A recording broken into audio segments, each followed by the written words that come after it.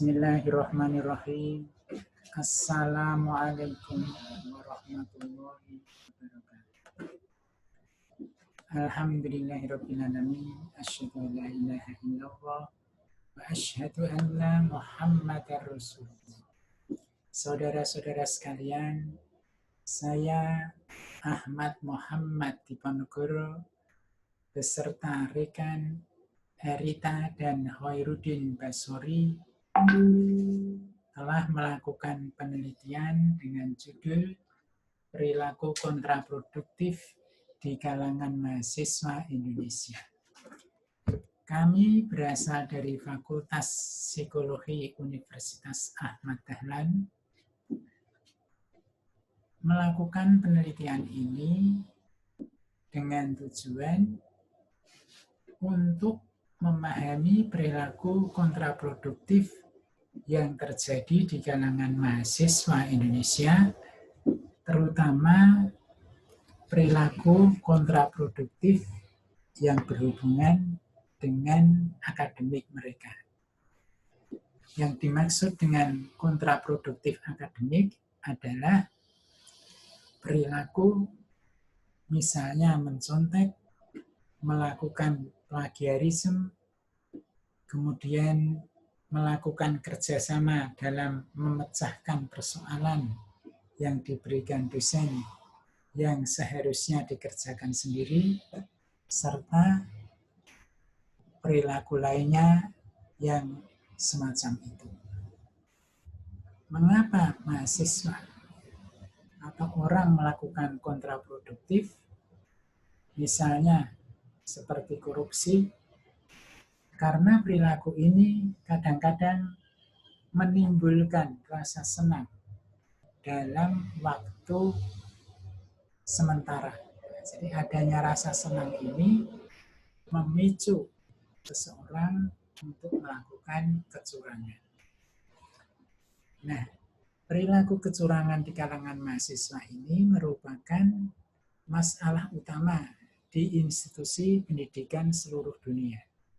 Tidak hanya di Indonesia, bahkan di Harvard sebagai universitas yang terkenal dan dianggap bergengsi pun terjadi perilaku kontraproduktif atau perilaku kecurangan di kalangan mahasiswa.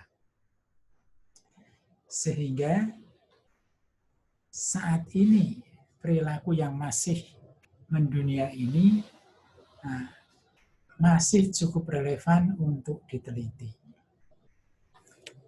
Dalam penelitian ini, kami melibatkan 453 mahasiswa S1 di berbagai perguruan tinggi di Indonesia. Pengukuran perilaku kontraproduktif atau CAP itu merupakan singkatan dari bahasa Inggris, Counterproductive Behavior, dilakukan dengan menggunakan skala yang terdiri dari 20 pertanyaan dengan 2 jawaban, yaitu ya dan tidak, serta ditambah 2 item alasan mengapa mahasiswa melakukan perilaku kecurangan atau perilaku kontraproduktif akademik. Teknik analisis yang kita gunakan adalah deskriptif dengan cara meneliti data demografi responden beserta jawaban alasan melakukan atau tidak melakukan kegiatan menyontek. Hasil dan pembahasan. Di sini kami tunjukkan tabel kota-kota yang merupakan asal mahasiswa yang terlibat dalam penelitian ini, yaitu Banda Aceh, Bandar Lampung, Banjarmasin, Bogor, Bukit Tinggi, Jakarta, dan seterusnya. Terlihat di tabel yang menunjukkan hampir merata di kepulauan besar di Indonesia. Di situ kita tahu ada Sumatera, ada Sulawesi, ada Kalimantan, dan seterusnya. Kemudian beberapa kota di Jawa seperti Malang, Purwokerto, Semarang, Tangerang, dan Yogyakarta. Frekuensi ya. Kemudian di sini kami tampilkan frekuensi atau alasan mengapa mahasiswa melakukan perilaku kontraproduktif atau melakukan kecurangan. Pertama, yaitu dipaksa teman. Kemudian terdesak waktu, karena waktunya terlalu singkat, maka mereka terpaksa melakukan kecurangan. Kemudian malas, di situ malas juga cukup banyak, ada 12. Kemudian menolong teman, ini yang banyak, perilaku prososial yang salah. Jadi melakukan kecurangan, tapi dengan alasan menolong teman. Dan kemudian yang tinggi lagi, mengikuti teman yang melakukan. Jadi teman sebaya itu dapat mempengaruhi teman-teman lainnya. Kemudian kesulitan dalam soal ujian. Ada ingin nilai bagus, itu ada 6 responden. Kemudian ingin nilai meningkat ada 5. Kemudian takut gagal ada 3. Dan tidak sempat belajar ada 4. Ini jumlah yang menjawab pertanyaan ini ada 120. Kemudian ada lagi mahasiswa yang menjawab frekuensi mengapa mereka tidak melakukan perilaku kontraproduktif. Kebanyakan mereka menjawab itu perbuatan tidak jujur. Ada 55 mahasiswa. Kemudian ada lagi yang menyebut alasannya tidak ada manfaatnya. Itu juga cukup tinggi, ada 22 mahasiswa. Kemudian malu ketahuan, itu ada 16 mahasiswa. Situasinya tidak memungkinkan, itu ada 10 mahasiswa. Kemudian akan menurunkan prestasi, itu ada 10 mahasiswa. Kemudian jawaban-jawaban yang lain adalah 1.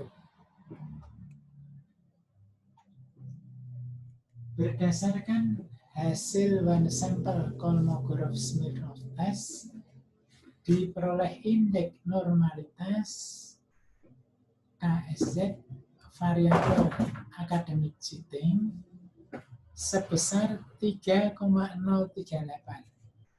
dengan P sebesar 0,00 kurung P lebih kecil dari 0,05. Sehingga data tidak terdistribusi normal.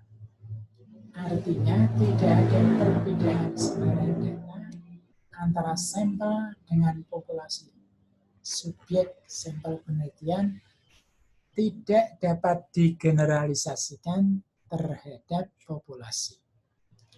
Berdasarkan uji perbedaan akademik cheating atau kontraproduktif perilaku mahasiswa, berdasarkan jenis kelamin dengan teknik analisis Mann-Whitney test diperoleh nilai signifikansi sebesar 0,00 dalam kurung P lebih kecil dari 0,01. Nah, artinya ada perbedaan akademik cheating yang sangat signifikan berdasarkan jenis kelamin. Laki-laki lebih besar, lebih banyak yang melakukan akademik cheating atau perilaku kontraproduktif dibandingkan wanita. Siswa melakukan tindakan tidak jujur karena berbagai faktor.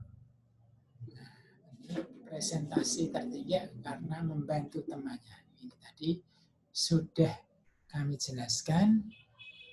Kemudian juga alasan-alasan yang lain. Ya. Kesimpulan, jadi plagiarisme, kecurangan absensi, penyalahgunaan zat, pencurian atau penundaan adalah perilaku kontraproduktif yang paling banyak dilakukan. Begitu pula fungsi dan reputasi universitas akan terganggu jika mahasiswa terlibat dalam perilaku kontraproduktif. Sehingga yang perlu digarisbawahi adalah mengidentifikasi mekanisme untuk mengurangi perilaku akademik yang keliru.